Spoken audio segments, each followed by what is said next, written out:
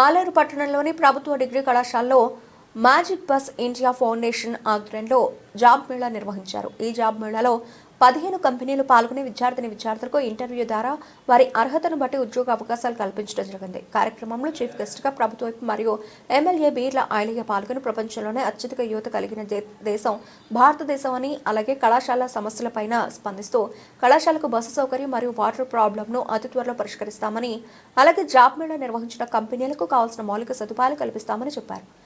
మన ప్రభుత్వం విద్య వైద్యం మీదనే అధిక ఖర్చు చేస్తోందని పేర్కొన్నారు. ఈ కార్యక్రమంలో సిపిడిఓ మెంబర్ జనగా Upender Reddy, Mother Dairy chairman Madhusudan Reddy, జిల్లా బ్లాక్ కాంగ్రెస్ అధ్యక్షుడు గిరిగౌడ్, మాజీ జెడ్పీటీసీ నీలం పద్మ వెంకటస్వామి, కళాశాల ప్రధాన ఆచార్యులు రాజారాం, లెక్చరర్లు, విద్యార్థులు పాల్గొన్నారు. కంప్యూటర్ ల్యాబ్లో కంప్యూటర్స్ చాలా తక్కువగా ఉన్నాయి. విద్యార్థులకు తగ్గట్టుగా నిష్పత్తికి శాతానికి తగ్గట్టుగా లేవు. మేము 26-27 సంవత్సరంలో న్యాక్కి వెళ్లాల్సి ఉన్నది. కాబట్టి కంప్యూటర్స్ కనుక ఉన్నట్లయితే విద్యార్థులకు ఈ కాలంలో అంత డిజిటలైజేషన్ ఎలక్ట్రానిక్ వ్యవహారం నడుస్తున్నది. కాబట్టి దయచేసి కొన్ని కంప్యూటర్స్ కనుక దాతలు దయచేసి మీరు కూడా ఈ విషయాన్ని పరిశీలించి కొంత ఈ సౌకర్యాలు కల్పించినట్లయితే కళాశాలకు అడ్మిషన్ పెరిగే అవకాశం ఉన్నది. ప్రజలకు విద్యా ప్రమాణాలు పెరిగే అవకాశం ఉన్నది. మనం ఈ ఉన్నటువంటి అలాగే లీడర్ ఆలేరు ఎమ్మెల్యే విప్ గారు, అలాగే Mother Dairy chairman Madhusudan Reddy గారు, వీళ్ళ గారు, అందరికీ పేరున మరి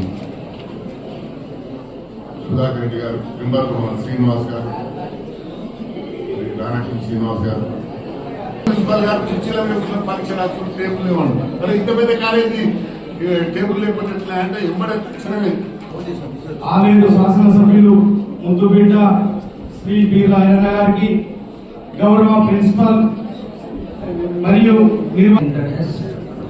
సో ఈరోజు ఆలేరులో ఒక పెద్ద జాబ్ మేళా కండక్ట్ చేయడం జరుగుతుంది.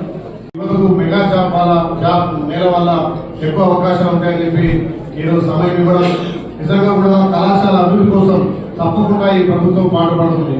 ఈ ప్రభుత్వం విద్యా వైద్యం మీద ఎక్కువ వెచ్చిస్తుంది. మొన్న కూడా మా గౌరవ మంత్రి వారి, ముఖ్యమంత్రి వారు ట్రాన్స్పోర్టింగ్ ఛార్జ్ కానీ, మెస్ ఛార్జ్ కానీ, డైట్ ఛార్జ్ పెంచడం జరిగింది. అదేవిధంగా అన్ని కళాశాలను పెద్ద ఎత్తున అభివృద్ధి చేయాలి, పేద విద్యార్థులకు విద్యను అందించాలనే లక్ష్యంతో ఈ ప్రభుత్వం పనిచేస్తుంది. కాబట్టి నా బాధ్యతగా ఈ కళాశాలలో బట్టి ఏదైతే గౌరవ ప్రిన్సిపల్ గారు రాజారాం చెప్పినట్టుగా తప్పకుండా ఏదైతే మొన్ననే క్యాంప్ ఆఫీస్ దగ్గర కూడా రోడ్డు మంజూరు చేయడం జరిగింది. ఇంకా కొంత ఇక్కడ కూడా కళాశాల వరకు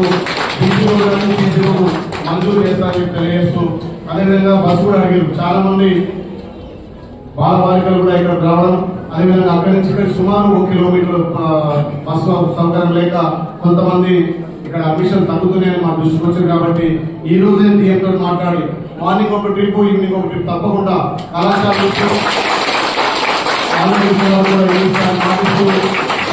ఆరోపణలు చెప్పారు.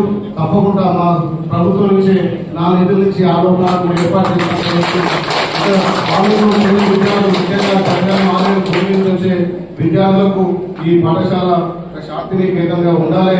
ఎక్కువ విద్యార్థులను ఉన్నత విద్య అభ్యసించడానికి మంచి వాతావరణం కల్పించాలని దానికి మా వంతు కృషిగా చేస్తాం. ముఖ్యంగా ఈ కళాశాలను ఇంత తీర్చిదిద్దుతున్న ప్రిన్సిపల్ గారికి, వాళ్ళందరి లెక్చరర్లు కూడా ప్రత్యేకంగా ధన్యవాదాలు వేస్తూ ఈ అవకాశం అందరికీ పేరు ధన్యవాదాలు.